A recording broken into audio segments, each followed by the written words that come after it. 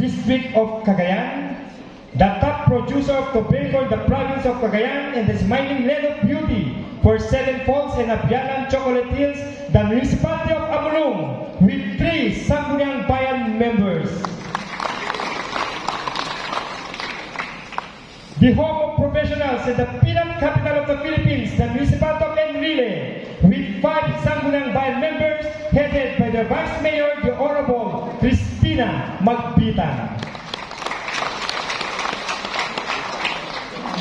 The Pottery capital of Cagayan, with 1 Sangguniang Bayan member, the municipality of Pigig, we have the Honorable Raul Trinidad.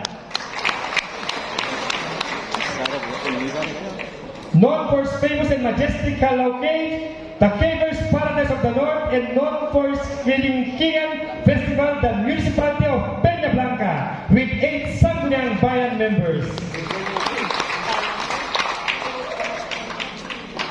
The Rice Bowl of Cagayan, known for the Bayan Festival, the municipality of Solana, with 10 Sangguniang Bayan members.